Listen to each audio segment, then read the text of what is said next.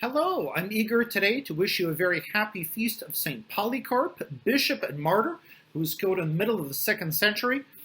His writings about early experience of our faith still survive and give wonderful insight onto that experience of the early church.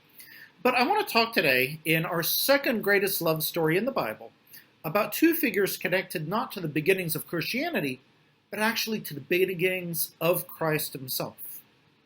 We learn of the story of Joseph and Mary from the first two chapters of both Matthew and of Luke's Gospels. Now, it is certainly not possible to say everything about Joseph and Mary. We could spend many hours reflecting on the beauty and the richness of their relationship. So I'll just offer a few thoughts. When Joseph learns that Mary is pregnant, he knows he was not involved, he decides to divorce her quietly. And even that he wants to do that quietly is evidence of his love and respect for her. Why does he decide to divorce her? Scholars and saints over the centuries have suggested a couple reasons. Perhaps he was disappointed.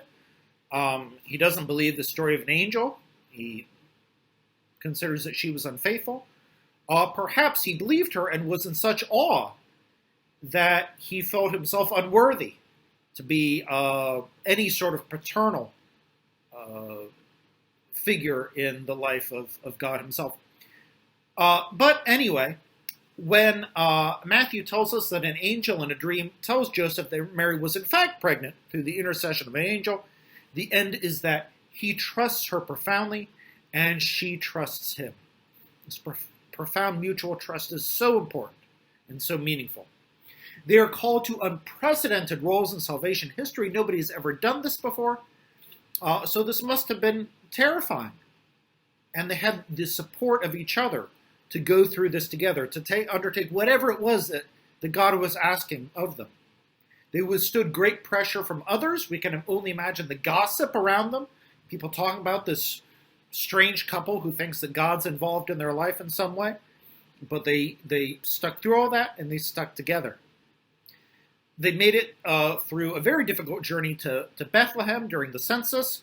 The manger where our Lord was born is certainly not the ideal place to give birth to the Son of God.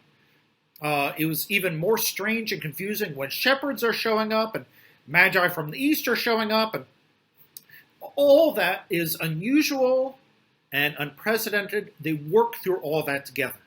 You can only imagine the support they provided one another. And ultimately, they created a loving family in which to nurture the Son of God.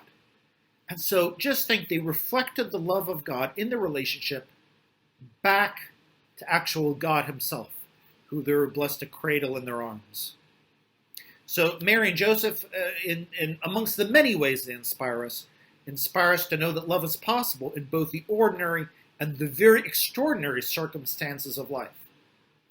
Can see us through so much. So I look forward to joining you tomorrow as we arrive at the number 1 love story in the Bible. If you have guessed what it is, you're probably right, and we'll confirm that tomorrow. See you then.